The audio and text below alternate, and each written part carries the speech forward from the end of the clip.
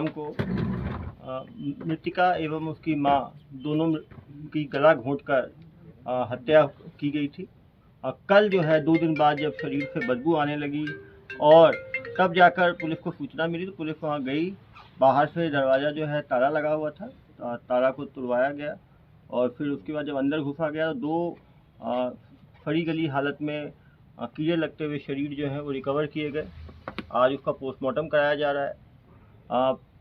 हमने पतासाजी की तो मालूम चला कि जो मृतिका लड़की थी उसकी 3 शादी पहले हो रखी थी। चौथे एक लड़के के साथ 23 दिसंबर को एग्रीमेंट हुआ था शादी करने का, नोटरी से इन्होंने बनवाया था और उसके बाद पिछले 1.5 महीने में उनमें वाद विवाद चल रहा था शादी को लेके, उसके टर्म्स को लेके।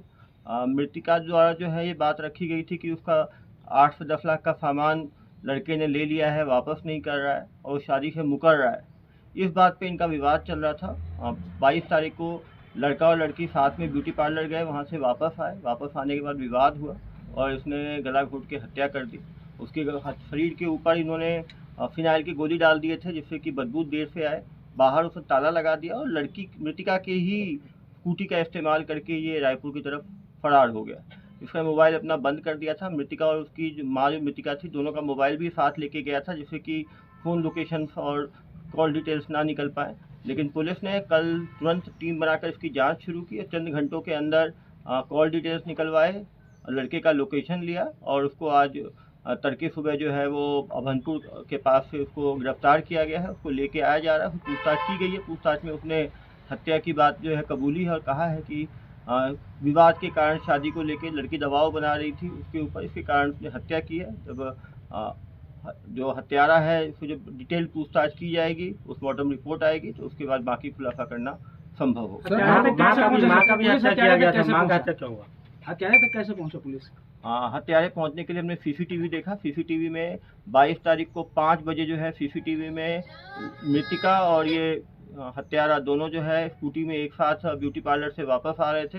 फिर वो घर में घुसे हैं, घर से निकलने का फुटेज नहीं था। इसे जब CDR निकाला गया तो लड़की का मोबाइल जो है लास्ट कॉल 4:45 बजे रिसीव किया गया। इसका मतलब था कि 5 बजे के करीब हत्या की गई होगी।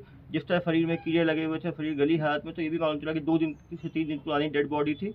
क्योंकि जो वकील जहाँ पे एग्रीमेंट किया गया था वकील से बात की गई, वो एग्रीमेंट ले निकाला गया और ये आसपास चश्मदीद जो थे उनसे क्लियर हुआ कि ये लड़के के साथ जो है रिलेशनशिप या मतलब बातचीत में थी। सर पूरे वारदात को सर अकेले अंजाम दिया था कोई होने का चांस है क्या इस मामले में? अभी तक तो एक ही आरोपी क्योंकि सीसीटीवी में और कोई दिख नहीं रहा है, उसने अपनी बात कबूली है। डिटेल जांच होगी और पूछताछ होगी तो और भी खुलासा। मां का भी जो है हत्या की गई है, मां की हत्या क्यों की है?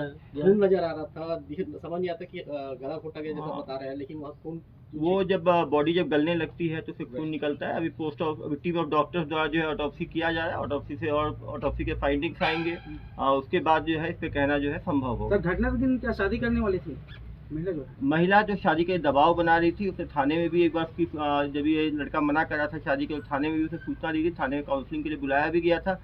12 फरवरी को उसने दोबारा फ़ोन करके थाने में बताया था कि लड़का शादी के लिए तैयार हो गया। तो कहीं ना कहीं शादी को लेकर, टर्म्स को लेकर, आपस में पैसे के लेन देन को लेकर इनका विवाद चल रहा था। लड़के ने प्रथम पूछताछ में ये बताया है कि लड़की ने जो है अपनी मदर के साथ विवाद हुआ और मदर को शायद लड़की ने गला घोंट के मारा और फिर इसने लड़की को गला घोंट के, लेकिन ये अभी प्रथम पूछताछ है। अभी डिटेल में पूछताछ होगी तो ये चीजें क्लियर हो पाएगी। सर क्या लगता है कवर्धा में लगातार ऐसी घटनाएं हो रही, पुलिस का खौफ तो कम नहीं हो गया शायद? पुलिस ने जब साधारण हत्याकांड हुआ तो भी चंद घंटों में पकड़ लिया। जो कुकदूर वाला कांड था जिसमें कि बहुत ही शातिराने ढंग से उसको जला के मार दिया था, उसमें भी एविडेंस के आधार पे फोरेंसिक में टंगिया पे जो ब्लड आया, बाकी चीज़ों पे हमने पकड़ा। यहाँ भी हमने साक्ष्य के आधार पे लड़के के पास से घर की चाबी, मोबाइल सब जब्त किया। कहीं ना कहीं अपराध होते रहते हैं, लेकिन कुछ 1 महीने के अंदर निश्चित रूप से अपराध बढ़े। यदि आप 1 साल के अंदर देखेंगे तो अपराध की संख्या में वृद्धि नहीं है, लेकिन निश्चित रूप से पिछले